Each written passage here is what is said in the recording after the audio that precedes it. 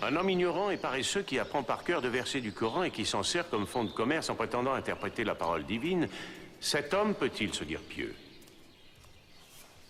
La connaissance des textes exige des années d'efforts, d'études approfondies et bien sûr de recherche et de réflexion personnelle aussi.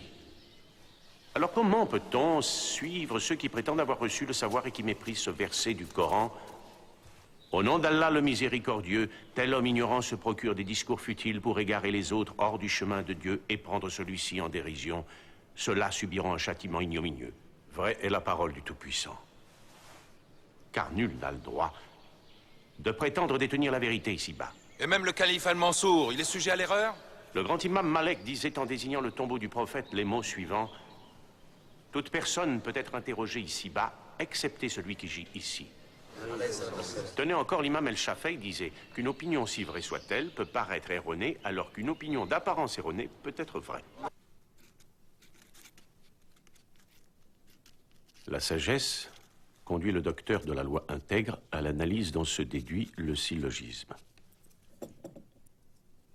Et la loi divine a conduit les sages à l'analyse dont se déduit ce qu'on appelle la raison.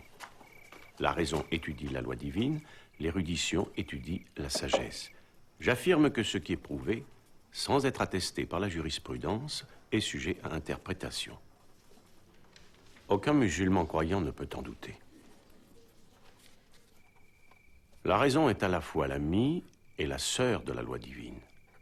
Les prétendus conflits entre raison et loi divine sont une invention mal intentionnée. Salam alaikum. Salam.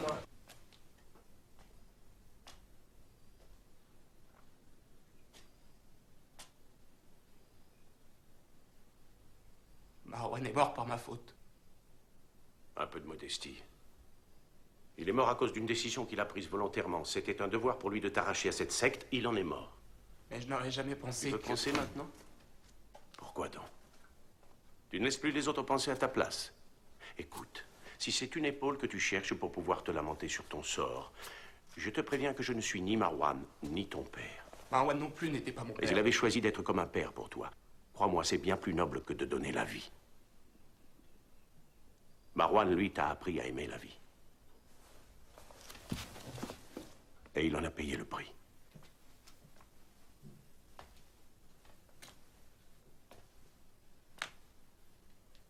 Mon vrai père, le calife, qui s'est jamais occupé de moi. Tout homme a ses limites. Et il t'a donné ce qu'il avait à donner, pas plus. Mais tu n'es plus un enfant aujourd'hui. Et tu es responsable des choix que tu fais. À 20 ans, on n'a plus le droit de dire « J'ai perdu ma maman quand j'étais petit, j'en ai souffert. Mon père préférait mon frère, ça m'a complexé, c'est pour ça que je me suis renfermé, que le monde me fait horreur. Après ce que j'ai subi, j'ai le droit de l'accuser d'impiété. » Facile. Oh oui, facile de justifier la paresse, la jalousie, la haine que tu caches au plus profond de ton cœur en rejetant la faute sur les autres. Dis-moi, c'est la gloire que tu recherches. Mets-toi au service des autres et elle te sera accordée. Mais c'est toute la haine que tu voues à ton prochain qui est blasphématoire. L'impiété, tu y as sauté à pieds joints. Mais je ne voulais que répandre la parole de Dieu. Parce que ma parole vient de Satan?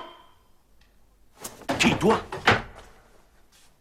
C'est toi qui veux répandre la parole divine? Quel prétentieux.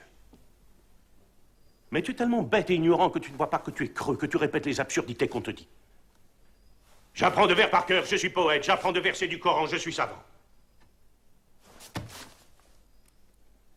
De la médecine, qu'est-ce que tu sais? Ou de l'astronomie? Des mathématiques? De la chimie? De la philosophie? Et de l'amour, qu'est-ce que tu as appris? De la vérité? De la justice? Mais que sais-tu de tout ça pour vouloir répandre la parole divine? Réponds-moi! Réponds-moi. Mais à quoi ça sert? Je ne sais même plus pourquoi j'écris.